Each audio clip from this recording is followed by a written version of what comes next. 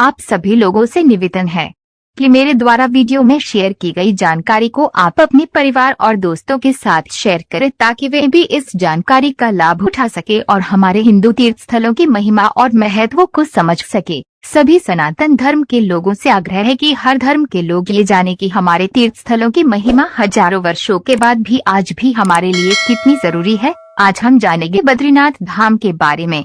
बद्रीनाथ मंदिर का इतिहास और कहानी, साथ ही इसके मंदिर के महत्व और पौराणिक महत्व के विषय में भी हमने इस अनुच्छेद में बताया है। बद्रीनाथ मंदिर को बद्रीनारायण मंदिर भी कहा जाता है, जो अलकनंदा नदी के किनारे उत्तराखंड राज्य में स्थित है। ये मंदिर भगवान विष्णु के रूप बद्रीनाथ को समर्पित है। यह हिंदुओं के 4 धाम में से एक धाम है।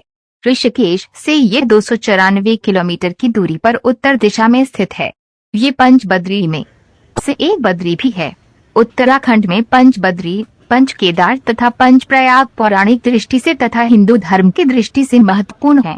बद्रीनाथ मंदिर बद्रीनाथ धाम 4 धामों में से एक है।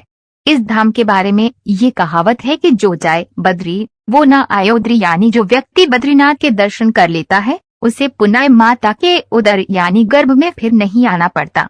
शास्त्रों में बताया गया है कि मनुष्य को जीवन में कम से कम एक बार बद्रीनाथ के दर्शन जरूर करने चाहिए। अलकनंदा बद्रीनाथ के चरण पखारती है। अलकनंदा सतयुग तक यहाँ पर हर व्यक्ति को भगवान विष्णु के साक्षात दर्शन हुआ करते थे। त्रेता में यहाँ देवताओं और साधुओं को भगवान के साक्षात दर्शन मिलते थे। द्वापर में जब भगवान श्री कृष्ण रूप में अवतार लेने वाले थे, उस समय भगवान ने ये नियम बनाया कि अब से यहाँ मनुष्यों को उनके विग्रह के दर्शन होंगे। बद्रीनाथ को शास्त्रों और पुराणों में दूसरा बैकुंठ कहा जाता है। एक बैकुंठ क्षीर सागर है जहाँ भगवान विष्णु निवास करते हैं और विष्णु का दूसरा निवास बद्रीनाथ है जो धरती पर मौजूद है। बद्रीनाथ के बारे में ये भी माना जाता है कि ये कभी भगवान शिव का निवास स्थान था, लेकिन विष्णु भगवान ने इस स्थान को शिव से मांग लिया था। गौमुख 4 धाम यात्रा में सबसे पहले गंगोत्री के दर्शन होते हैं। यह है गौमुख जहाँ से मां गंगा की धारा निकलती है।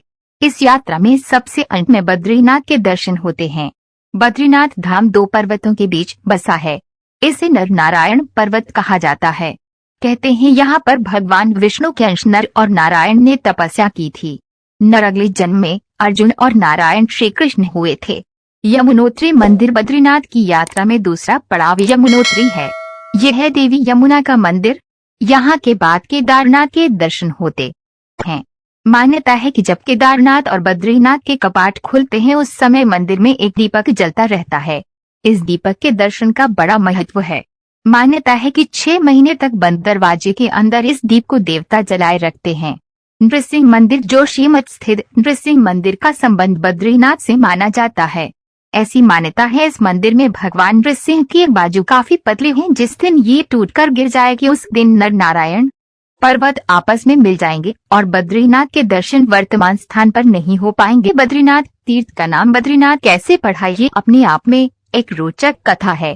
कहते हैं एक बार देवी लक्ष्मी जब भगवान विष्णु से रूठकर मायके चली गई, तब भगवान विष्णु यहाँ आकर तपस्या करने लगे।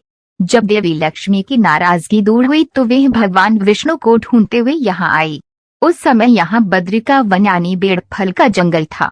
बद्री के वन में बैठकर भगवान ने तपस्या की थी, इसलिए देवी लक्ष्मी ने भगवान विष्णु को बद्रीनाथ नाम दिया। ये है सरस्वती नदी के उद्गम पर स्थित सरस्वती मंदिर, जो बद्रीनाथ से 3 किलोमीटर की दूरी पर माणा गांव में स्थित है।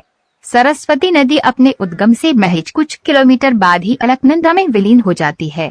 कहते हैं कि बद्रीनाथ भी कलियुग के अंत में वर्तमान स्थान से विलीन हो जाएगी और इनके दर्शन नए स्थान पर होंगे, जिसे भविष्य में बद्री के नाम से जाना जाता है।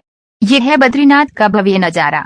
मान्यता है कि बद्रीनाथ में भगवान शिव को ब्रह्म हत्या के पाप से मुक्ति मिली थी। इस घटना की याद दिलाता है वह स्थान जिसे आज ब्रह्म कपाल के नाम से जाना जाता है। ब्रह्म कपाल एक ऊंची शिला है जहां पितरों का तर्पण श्राद्ध किया जाता है। माना जाता है कि यहाँ श्राद्ध करने से पितरों को मुक्ति मिलती है। बद्रीनाथ के पुजारी शंकराचार्य के वंशज होते हैं, जो रावल कहलाते हैं। ये जब तक रावल के पद पर रहते हैं इन्हें ब्रह्मचर्य का पालन करना होता है। रावल के लिए स्त्रियों का स्पर्श भी पाप माना जाता है। मैं आशा करती हूँ कि मेरे द्वारा बद्रीनाथ मंदिर का इतिहास के बारे में दी गई जानकारी आपको अच्छी लगी होगी। अगर इस वीडियो से संबंधित आपका कोई सवाल हो तो आप हमें कमेंट बॉक्स में पूछ सकते हैं, और अगर आपको उत्तराखंड की किसी अन्य पर्यटन स्थल के बारे में जानकारी चाहिए तो आप हमें कमेंट बॉक्स में बता सकते हैं। जितना हो सके मैं आपको बताने की कोशिश जरूर करूंगी।